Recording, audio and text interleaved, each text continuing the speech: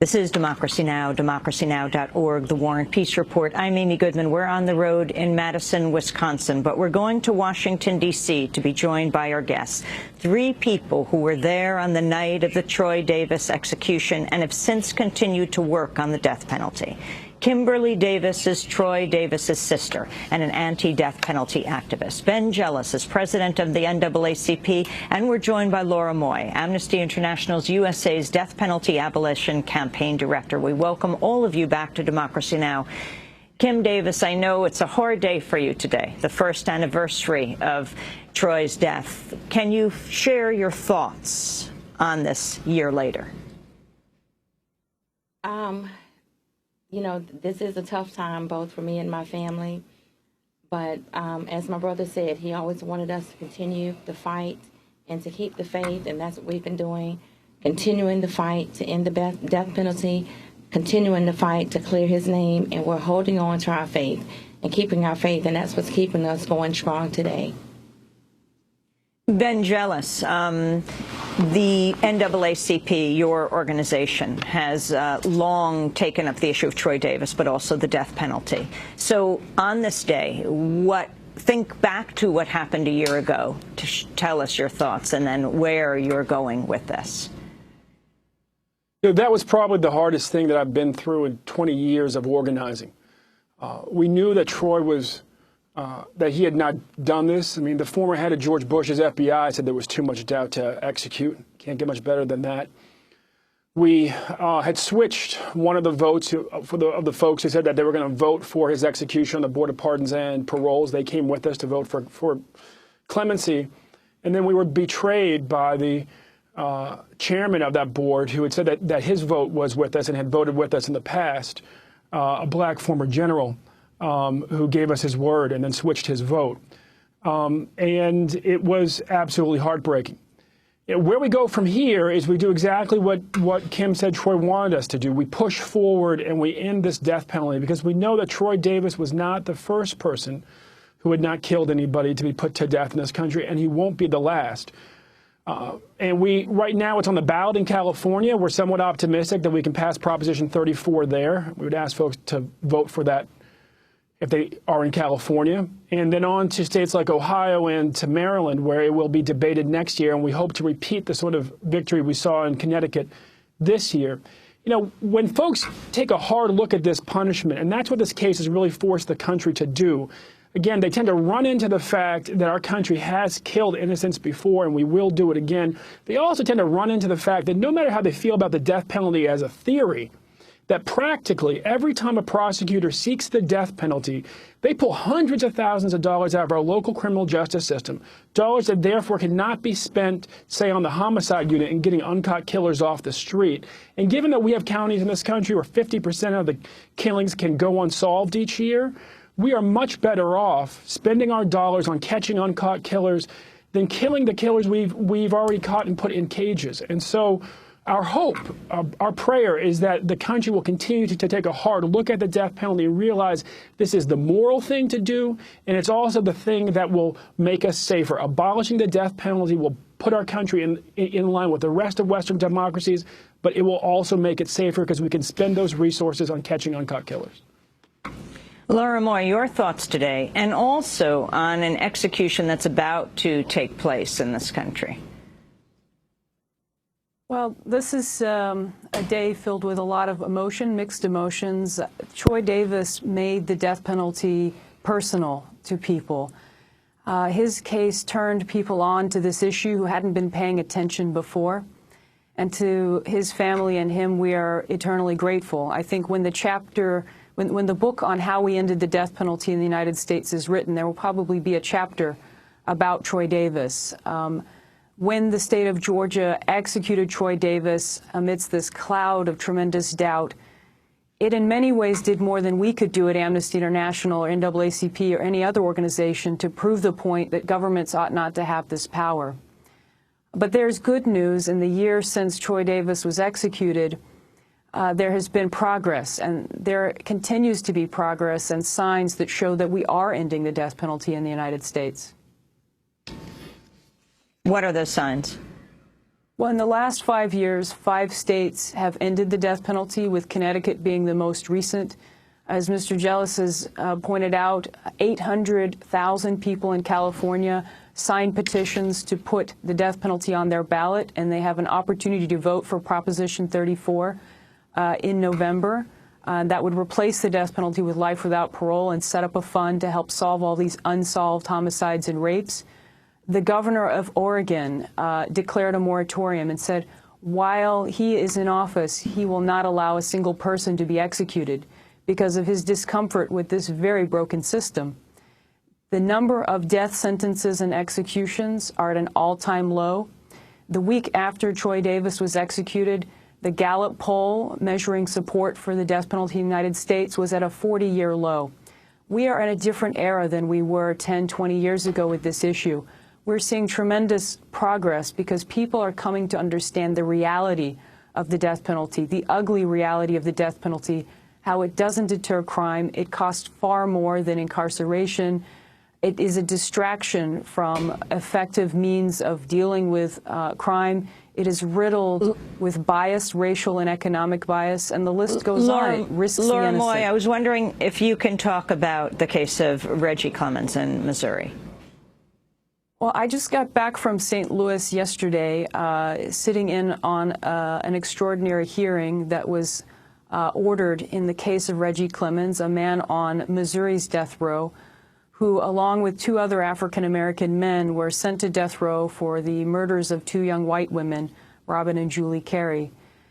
And there are some serious problems in how the investigation and trial unfolded in that case.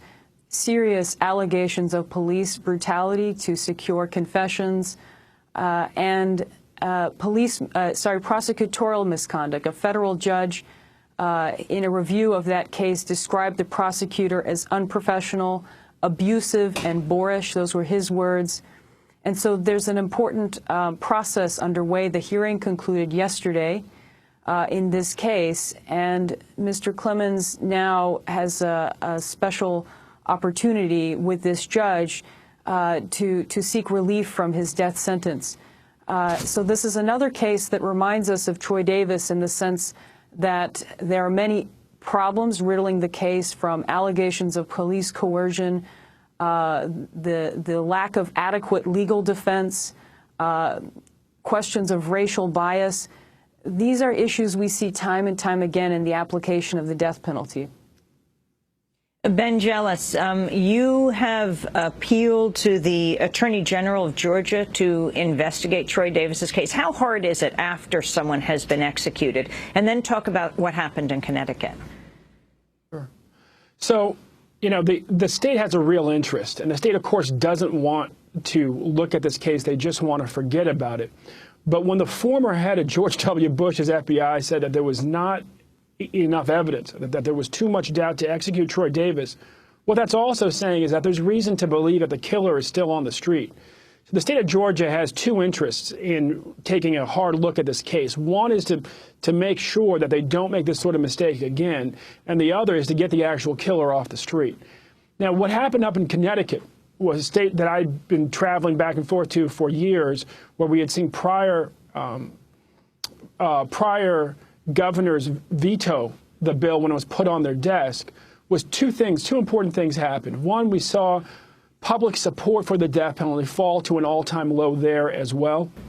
But we also saw a new governor, who was a former prosecutor, stand up and say, look, you know, I used to support the death penalty. Then I became a prosecutor, and I saw what actually happened in these cases, and I'm proud to sign this bill. And, you know, we're seeing a similar thing in California, where the former district attorney of Los Angeles and the current state attorney general and the current governor are all saying, we've looked hard at this, and we may have used to support it, but we can't support it going forward. And so that's what I think gives us hope, is that it's not just sort of lefties or activists, it's prosecutors, it's attorneys general, it's governors who have to be very involved in the machinery of death in this country, looking hard and saying there's too much bias, there's too much doubt, we waste too much money, and as a result, we don't solve enough homicides. So let's get rid of this, and let's get on with justice in this country and getting the uncaught killers off the street.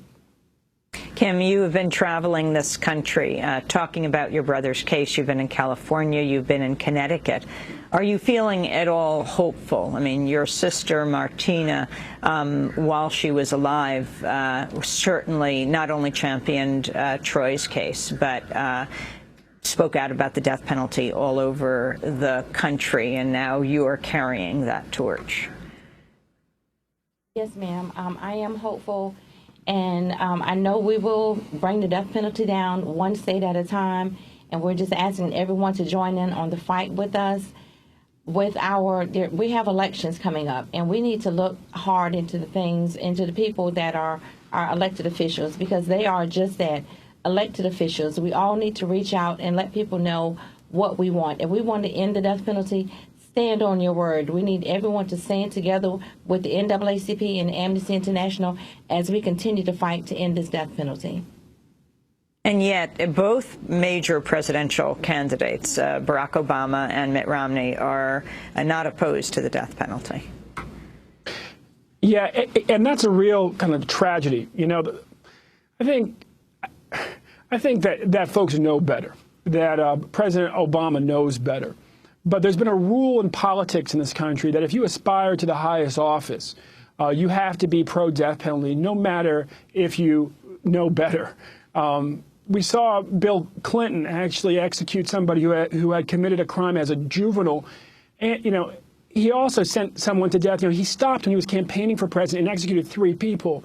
One of them was so retarded, was so mentally incapacitated, that he left his dessert in his cell and told his lawyer that he was saving it until he got back. And so these men know better, and they need to start doing better. What gives me hope is you see women like Kamala Harris, who has become the Attorney General in California, saying explicitly she's against the death penalty. Karl Rove targeted her in her campaign, thought that her opposition for the death penalty would take her out of the race in serious contention, and she won despite that.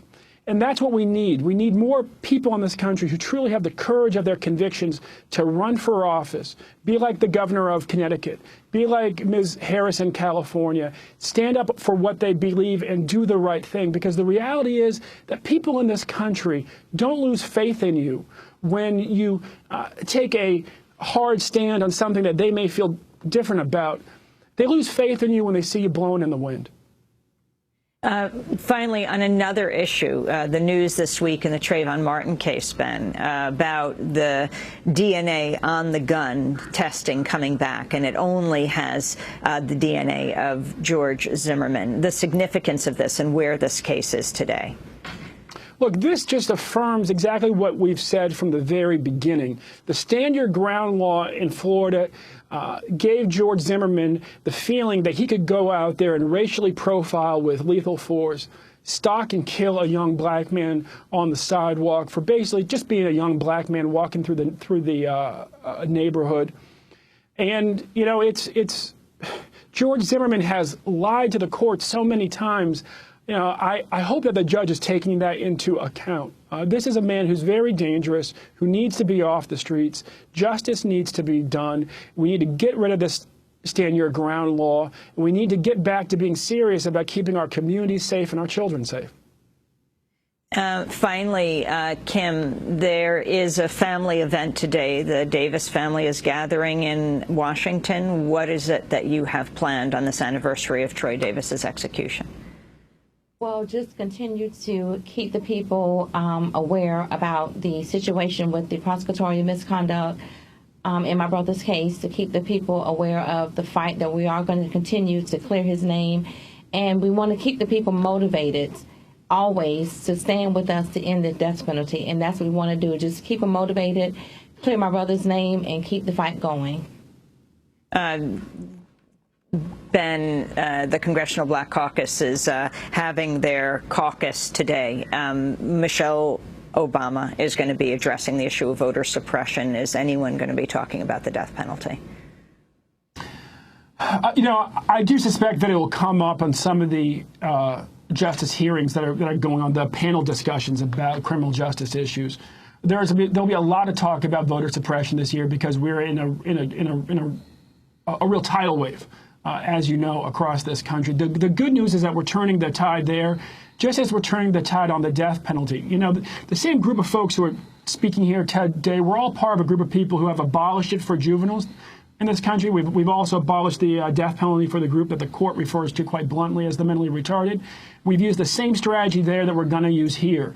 We got a majority of states to outlaw those practices, and then we went to the Supreme Court. We said, not only is this cruel, but because it's now only practiced by a minority of states, it is also unusual, and therefore ban it for the entire country, and they did in both cases. And so we're hopeful here that if we can get rid of it in California, if we can get rid of it in Ohio, we can get rid of it in just 7 more states beyond that, that we can finally go into the Supreme Court and get rid of it in Georgia and get rid of it in Texas and Mississippi and all these places that when it comes to their practice of the death penalty are truly godforsaken. I want to end this segment with a clip of Troy Davis's older sister, Martina Correa, who was speaking to us at his funeral last October.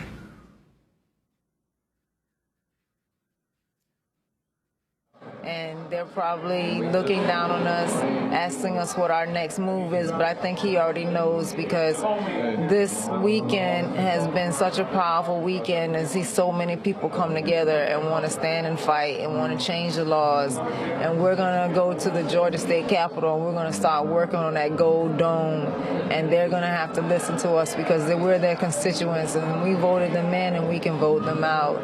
And I know that's one thing that we've had to learn, that we have to make people accountable who are speaking on our behalf.